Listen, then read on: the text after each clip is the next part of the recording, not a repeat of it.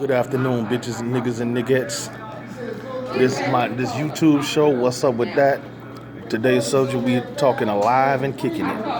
Now, we're speaking on the subject of a man named, what's his last name? It's Melvin something. I don't know. Melvin Allen or whatever. Now, he was talking about how he do all of this shit on the street and everything, and basically a person like myself that come from that particular background. And we also have in the studio, we had him once before, is STACEY Palmer. STACEY, let's say hi to everybody. Hey, what's up, everybody? I'm Right. happy to see y'all again. Right. And we got to tell y'all about this stupid son of a, you know what? So, what is your take on the conversation that we just had? I mean, how do you feel separating the fact from the fiction? How do you feel? What do you feel exactly is wrong with that particular picture? I think it's all BS. And by that I mean bullshit. Mm-hmm. Because if a person could do all of this, that, and the other, then why is the person still on the street walking around happy, wearing his name, and walking around like there's nothing happened to anything? I mean, it just makes no sense. There's nothing chasing him or nothing. Now, how is that? And I know several people that has done the same exact thing, and they can't do that. Either they had to relocate for personal reasons or for business reasons. But they ain't still walking the same way and talking the same way. And they damn sure ain't got no bunch of motherfuckers hanging around. So what is your take? What do you feel of the authenticity of his story? I think it's phony, fake, and fabricated. Do you think that this is something that happened, or there's something that he made up? Or do you think maybe he got his story from some kind of Lifetime or after school special? Yeah, yes, I do. Or maybe it happened to one of his friends or something. Or like you say, maybe he saw it on TV. Well, based on the kind of person that we know he is today, I mean, do you see any of that at all that may have happened in that particular time period? I mean, do you see any of that? Do he possess any of those character traits that he had from that particular time? No. And elaborate on why you think that is. Because, for one, you have to have heart. That's number one. And not heart for the streets or nothing like that, but heart for yourself. When you're in a certain situation or in a certain lifestyle, you got to be able to handle yourself. Mm-hmm. And as we all can see and know this one person can't do it.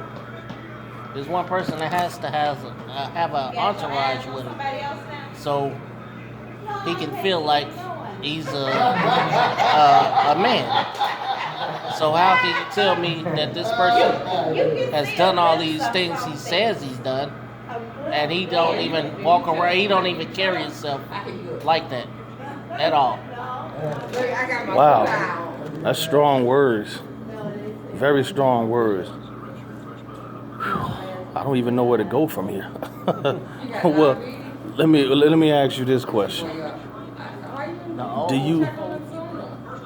you think even at this point that he would have the capability to start something like that? Fuck no. Really? No. He don't have it. He don't have that kind of. He ain't built like that. He's really not. It's not a made man bone built in his body.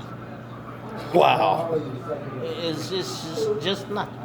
He's a nigga that you go stealing candy with, and he gets popped. And he'll tell on the whole operation. He'll tell how you came up with the idea to go do it, where you hid it at, and what time you're coming back. Oh, fascinating. So you really think he was a snitch? Basically. Wow. If not a snitch, he just was not that nigga to be doing nothing with. Nothing on the bad side with. Now, if he doing something on the good side, then I think he might be a good guy. But I don't even think he good then either, but at least it's some normal stuff. But as far as anything of another nature, nah, it's not there at all. Not a bone in his body. Okay, well, let me ask you this. Now, he had made the statement that he did what he did to, to help his family, right? Now, knowing the kind of person he is, and have said this line, and I quote many times, and I quote, he said, "I wouldn't give a motherfucker shit." So basically, that's pretty much contradicting the kind of, that his character that he said he was compared to how he is now. I mean, how do you feel about that? What do you think is really going on? I mean, it's a bunch of food shit. It's basically lying to kick it. Lying to kick it. So pretty much you're saying faking trying to make it. Basically. Yep, faking trying to make it. I couldn't have put it in a better way myself. So what does reality mean to you? Tell me what reality means to you and the difference between reality and him. Reality means to me is coming to terms with who you are, what you're doing to get where you are, and what is your plan to keep yourself going ahead. Or, do you want to keep living this old lifestyle, or do you want to step up and live a new lifestyle?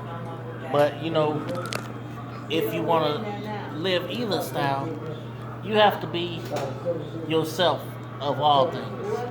And if you can't be yourself, then you ain't nobody.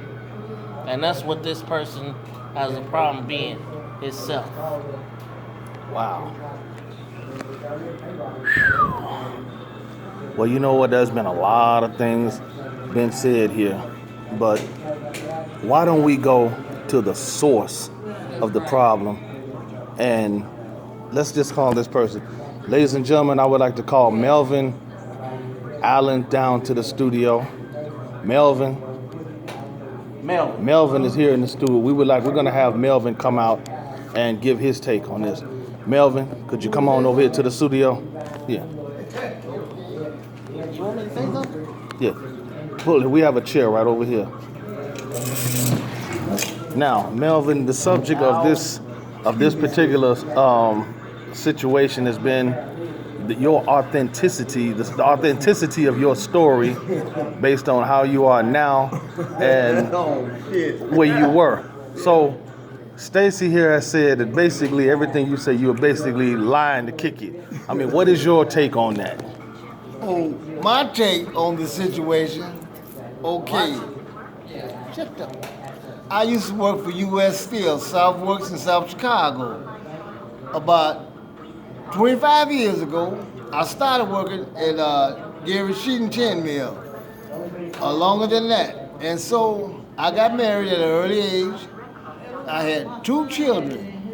And I got my wife pregnant again, so I promised her I'll marry her. So we got married. And I was doing pretty good for about 15 years. I was true to her. And I paid all the bills, light, gas, telephone bill, water bill, house rent, insurance on me and my 3 kids, and her and myself. Now the insurance didn't cost me nothing because I had Blue Cross and Blue Shield through the work I was working, the workplace I was working for. So to make a long story short, I kept getting laid off, but the bills was getting high. And the kids was, I want Nike shoes, I want this, I want that, and I was trying to provide them. So I kept getting laid off, and the money got real short. So I did the next best thing what a black person do years ago. So I bought some drugs and I wasn't using them, started selling them, making pretty good money. That's when the beepers first came out. I won't let nobody come to my house and buy nothing. I was delivering all that shit throughout Gary, Indiana. Okay, the money got real good, so I was driving Cadillac cars, driving real good, 3-piece suits, big cowboy hats, Stacey Adams shoes, alligator shoes, diamond rings, and jewelry on my wrist, and looking good as hell. And I used to hang out at the bar, but I still was true to my wife and my children. I was making pretty good money. I was paying the bills like I was, but I was still laid out. Unemployment wasn't kicking it. But the drug sales was pretty high, pretty good. Never got caught, sir. So to make a long story short, then the women started looking good to me. I said, damn, she look good, but I wouldn't mess with them. I was attracted to them. So they got talking to me and stuff. And then I started staying away from home 1, 2 days. But the money still was rolling in pretty good. And so I met one woman, her name was Elaine Pratt. We kicked it for a long time. And she got pregnant. I said, dang, how you get pregnant? I did. So, It's only 21, 20. so I dealt with that for a long It's time. only 21, 20. And our child's name is Kiana. So I was still laid off and I still was kicking it. And I met another woman. She was attracted to me at this bar called Sporting Life Lounge in Gary Netta on the corner of 5th and Connecticut Street. So let me ask you, with everything you had going on, what happened? I mean, how